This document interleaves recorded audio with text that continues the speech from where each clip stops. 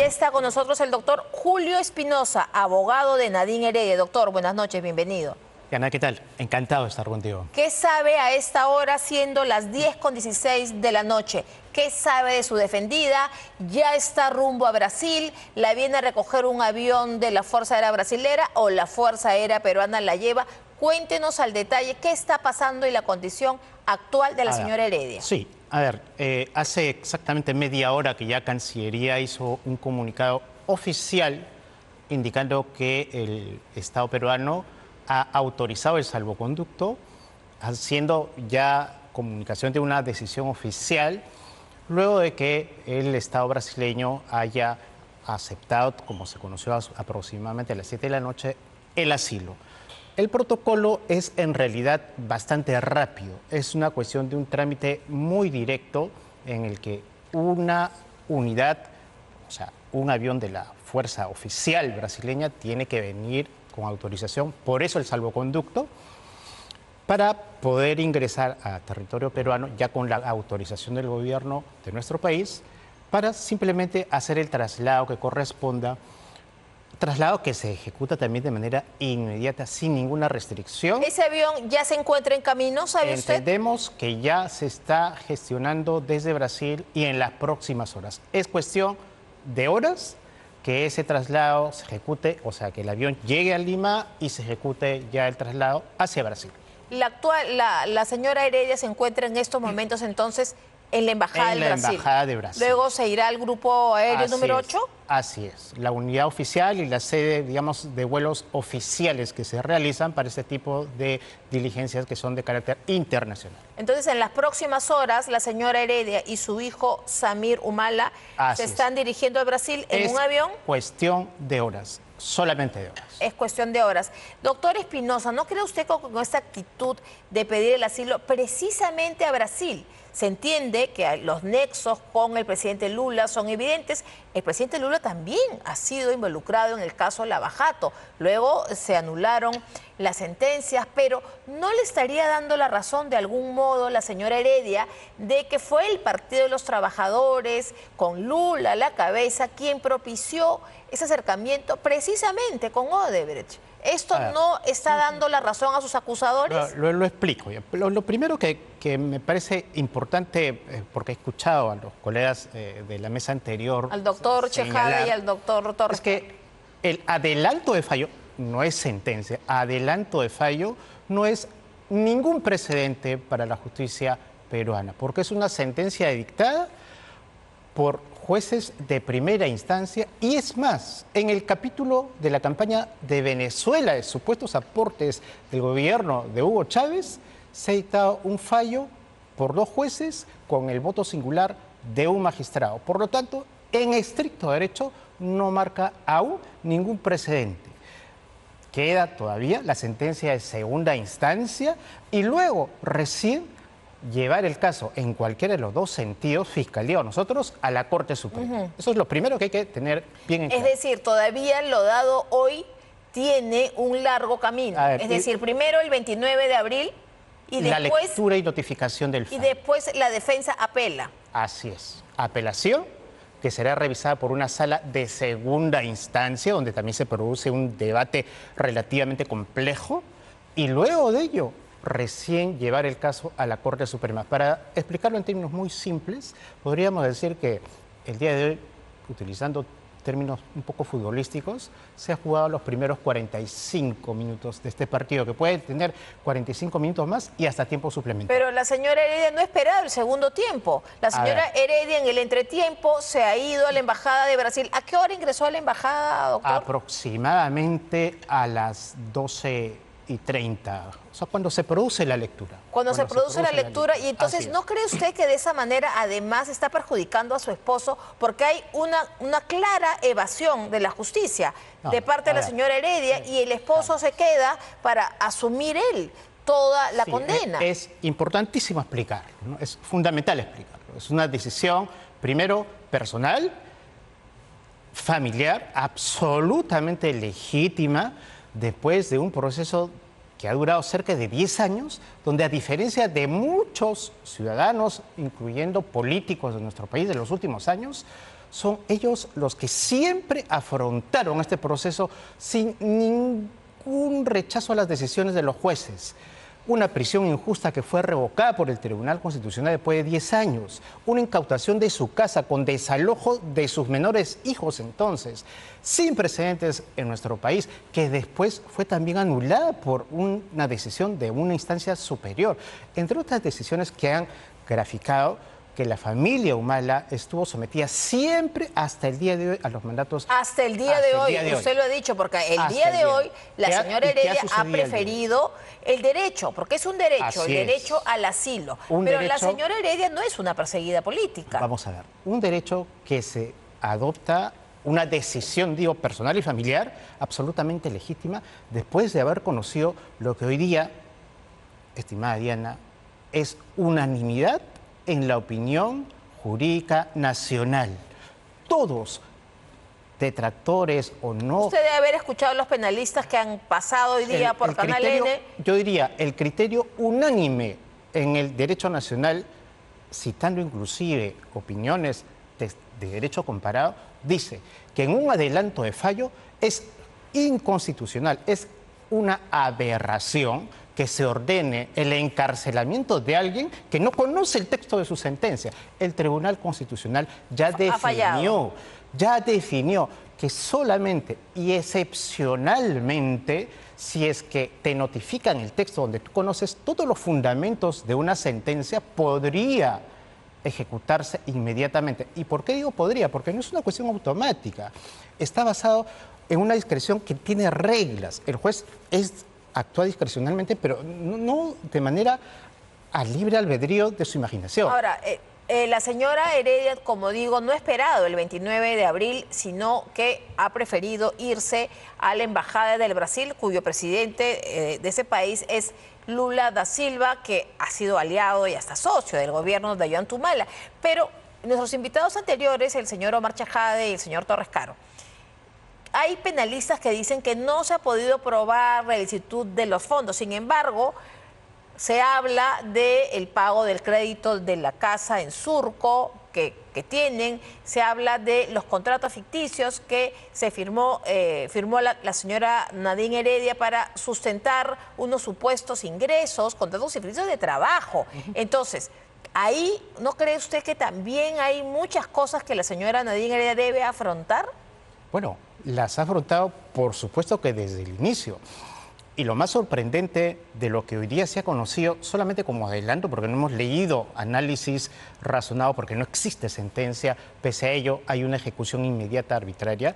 Lo más sorprendente es que el tribunal ha dicho, en su adelanto, que ellos no van a entrar a analizar el peritaje contable, lo dijeron explícitamente. Hay un peritaje contable oficial de la Fiscalía, hay otro peritaje de la defensa, que analizan precisamente esos aspectos.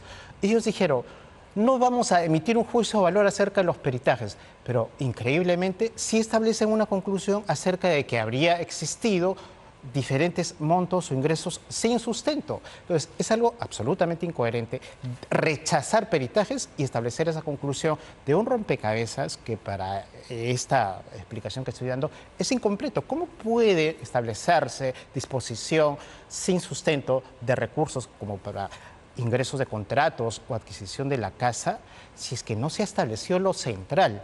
El origen. El origen. Hay que explicarle a nuestros televidentes que para que se configure el delito de lavado de activos tiene que corroborarse el origen ilícito de los fondos. Entonces usted dice que ese origen no se ha corroborado. No ha explicado y usted y la opinión pública podrá verificar cuando tengan el texto que no hay modo de explicar origen ilícito de Venezuela, porque jamás ha existido una prueba que establezca cómo o si es que la hipótesis del fiscal hubiera sido el señor Chávez realizó determinadas operaciones económicas o financieras para extraer dinero del área que además habría habido un soborno de empresarios al señor Hugo Chávez y que ese dinero se habría trasladado al Perú. Esa es la hipótesis fiscal. ¿Por versión de qué? De Martín Belaún del Ocio. Que es un colaborador eficaz cuyos dichos no pasaron de ser conjeturas después de lo que el propio tribunal conoció cuando le preguntó, ¿usted cómo sabe eso? ¿Cuál es su fuente? ¿Cuál es la base para que usted diga que ese dinero viene de actos de corrupción? Bueno, se sabía, era información que se sabía, se conocía por dominio Pero público. él dice que él va a la Embajada de Venezuela y recoge maletines y describe que se los da la señora Birly Torres. Yo le pregunto, como le he preguntado a otros abogados, ¿por qué no trajeron a la señora Birly Torres como testigo? Pero no solamente eso, la teoría del Ministerio Público por cerca de 8 años de proceso era que la señora Birly Torres, que tiene funcionaria de la Embajada de Venezuela en el Perú. La señora Birly Torres, según la hipótesis de 8 años de juicio, era la persona que de Venezuela viajaba trayendo supuestas valijas con dinero. Y durante los últimos 2 meses de juicio empieza a deslizar y a cambiar la versión fiscal. No viajaba. Ella recibía acá. ¿Y por qué? Porque se demostró en juicio que la señora Birly Torres durante todo ese periodo no salió del Perú. No tuvo movimiento migratorio ni de entrada ni de salida. Entonces, está absolutamente probado que esa hipótesis ella no trajo. No se probó. Entonces, no hay forma de establecer un origen ilícito en el grado que la Corte Suprema estableció para una condena, para una sentencia tan grave. Le pregunto, después del 29 de abril, porque queda claro que no va a variar esta sentencia, además mucho más cuando la señora Heredia se va del país. Usted ha dicho que en las próximas horas la señora Heredia va a estar dejando el país. ¿Cuáles van a ser los próximos pasos de la defensa? ¿Cuál va a ser los sustentos de una apelación? Que estoy seguro que la defensa de la señora Heredia y la defensa del señor Humala van a actuar. Por supuesto. A ver, son 2 ideas esenciales, ¿no? Imposibilidad de haber establecido en la sentencia, según lo que hoy día se ha conocido, la existencia de un delito previo. Es más, increíblemente el tribunal hoy día en el adelanto comunica: analizar el delito previo no es una cuestión esencial. Y lo dijeron, no vamos a detenernos en desarrollar los argumentos que ha planteado la defensa cuando nosotros explicamos que, por ejemplo, en el capítulo de Brasil, de Odebrecht, el fiscal dijo que hay delito previo porque la justicia brasileña ya la definió con una sentencia el año 2016. Y en el juicio se admitió y se actuó una sentencia del año pasado del Tribunal Supremo brasileño que anuló las condenas a los funcionarios y por lo tanto anuló la sentencia que estableció que Caja 2 era ilícito. Entonces la hipótesis, la gran prueba de fiscalía apoyada en el dictado de la justicia brasileña jurídicamente no existe. Pero el tribunal dice: no nos vamos a esforzar y no es necesario. Ese es el punto que ustedes no van es suficiente a apelar. Esa información, y analizar el delito previo no es lo determinante. Entonces, es como establecer una suerte de consecuencia en el razonamiento sin causa. ¿Cuál sería la segunda? Porque usted dice que son 2. Una es el delito previo y la segunda. Así es. El segundo elemento central, importantísimo, y que en esto creo que hay una gran unanimidad en la comunidad jurídica, es el carácter no penal de los aportes a campaña. Ese es un tema transversal y respecto del cual, por cierto, hoy día no han hecho ninguna explicación. Es que usted se refiere a que en los momentos de campaña 2006 y 2011 no constituían delito. Y 2011 claramente los aportes de campaña no tenían sanción penal. Pero el lavado de activos sí. Entonces, si hay un aporte de campaña, no sea delito el aporte en sí, el delito es el lavado de activos. Así es, para lo cual tenían que haber establecido que hay primero un origen ilícito establecido en el grado que la Corte Suprema ha definido como exigencia para poder imputar el lavado de activos, y luego operaciones que tengan un grado de prueba, un estándar de prueba capaz de destruir la presunción de inocencia. Y eso no ha sucedido. Entonces, por supuesto que va a ser un tema de discusión. Nosotros estamos muy seguros que cuanto más se discuta esto en las instancias superiores, Sala de Apelaciones y la Corte Suprema, este tema va a ser esencial. Ahora, la señora Nadine Heredia, este caso no es el único caso por el que está procesada. También está el tema del gasoducto sur, que ya el Poder Judicial le ha instado al Ministerio Público que ya tiene que apurarse e ir a juicio. Y a la señora no la han, digamos, extraído del proceso. Ella sigue. ¿Cómo va a ser esto si ya tiene un asilo? Bueno, en realidad cada proceso tiene su propio trámite, su propia lógica. Este es un proceso, el proceso por el cual se ha generado el hecho que hoy día se está desencadenando en un asilo que para nosotros es correcto, es el proceso por aportes a campaña. Los demás procesos tendrán que continuar su trámite, pero en realidad no es necesaria la presencia de la señora Heredia para que esos procesos avancen. Pero la señora Heredia ya demostró no solo una obstrucción a la justicia, sino no quererse allanar. Usted dice que ella ha ido puntualmente, hoy día no fue, hoy día dijo que estaba enferma, la mamá dijo que estaba en la clínica cuando la han ido a buscar y finalmente nos enteramos que estaba en la Embajada de Brasil. Entonces, la señora Nadine Heredia ha mentido, ha dicho que no ha ido al juzgado porque estaba enferma. Luego la mamá, la señora, la madre de Nadine Heredia ha dicho que su hija estaba en la clínica, pero estaba en la embajada pidiendo asilo. No. A ver, es bueno precisarlo, ¿no? La obstrucción a la justicia es una conducta... Evasión a la justicia. Evasión, vamos a ver. Hay que valorar las cosas Sí. En el momento en que se tienen que tomar decisiones.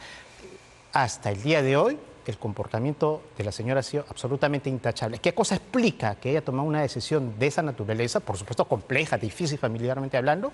Pues la decisión absolutamente inconstitucional del tribunal de decir, es un adelanto de fallo, pero ejecutamos inmediatamente la sentencia. Los abogados en ese momento le pidieron al tribunal que revisara ese extremo de la decisión y fue público. Le pidieron al tribunal. Es imposible porque el Tribunal Constitucional ya definió. Es imposible porque, por ejemplo, en el caso del congresista Salaverry, la Corte Suprema hizo lo mismo, o sea, dictó una sentencia condenatoria y dijo, no se ejecuta hasta que la apelación se resuelva por una lógica de presunción de inocencia válida. Pero el tribunal dijo, no, tocó la campana y dijo, ya está dictado el fallo, no hay forma de discutir esto. Usted dice que la señora se ha ido a la embajada cuando se estaba leyendo la sentencia, es decir, ella ha acudido a la embajada de Brasil antes de saber su condena tenía forma de saber que iba a ser condenada. A ver, no, la señora Heredia tenía dispensa de la sala desde la semana pasada, oficialmente comunicada por razones de salud que están documentadas médicamente y que la sala las ha conocido, el tribunal las ha conocido y fueron presentadas y autorizadas por la sala. El día de hoy la señora Heredia se ha conectado virtualmente a la audiencia y desde ese entonces ha participado hasta su conclusión. ¿Qué pasó después? En realidad yo no he estado físicamente con la señora Heredia, pero más o menos después de 3 horas ya tomamos conocimiento de ese hecho y de ese desenlace. ¿Usted sabía que eso iba a pasar? Nosotros no estábamos enterados porque nuestra comunicación... ¿Cuándo se enteró usted? Yo me he enterado ya aproximadamente a las 3 de la tarde cuando ya el hecho estaba... ¿No le había comunicado a la señora a su defensa que iba a proceder a ir a la Embajada de Brasil? Nosotros nos habíamos comunicado y la señora Heredia tenía la firme decisión de participar de la audiencia, de asumir lo que tenga que asumir en la medida que se trate de un fallo justo. Luego de eso, toma una decisión, repito, absolutamente personal y familiar, que entiendo fue una decisión difícil, inmediata y rápida. ¿Qué pasó después? Pues ¿usted cree que se ha decidido eso hoy? Porque la decisión de ir con un menor de edad hacia la Embajada de Brasil no es una decisión que se tome inmediata, rápida, al momento que se está leyendo la sentencia. Y por cierto, la señora Heredia pedía una sentencia humana, nunca habló de sentencia justa.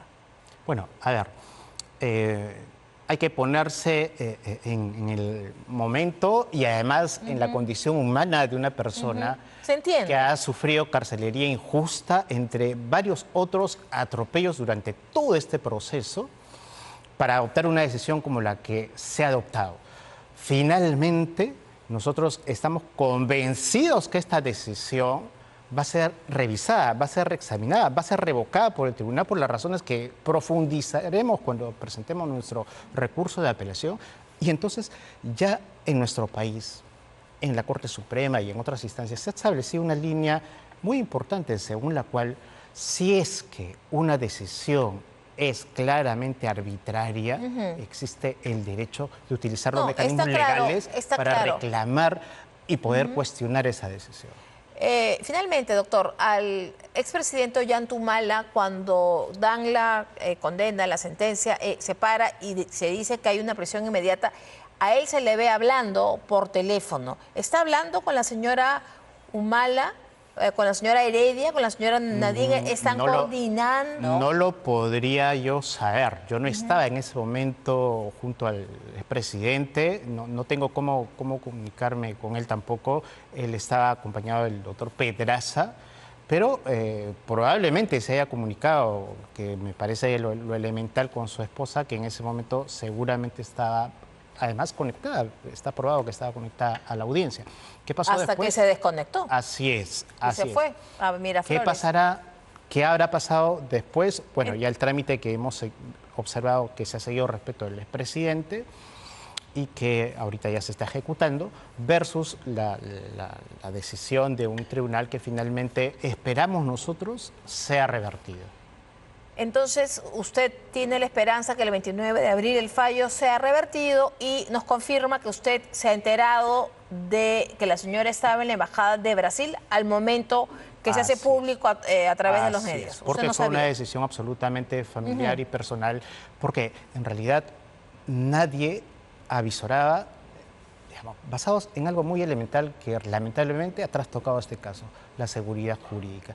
Si hace más de 5 años ya hay un criterio, que una sentencia que solamente se dicta con adelanto de fallo no se puede ejecutar inmediatamente, y eso sucede en el Perú de hoy, pues hay decisiones que se adoptan legítimas y humanamente comprensibles. Muchísimas gracias, doctor Espinosa, por su presencia esta noche. En el final del día es en exclusiva, porque el doctor viene al final del día luego de dada la sentencia. Muchísimas gracias, le agradezco mucho.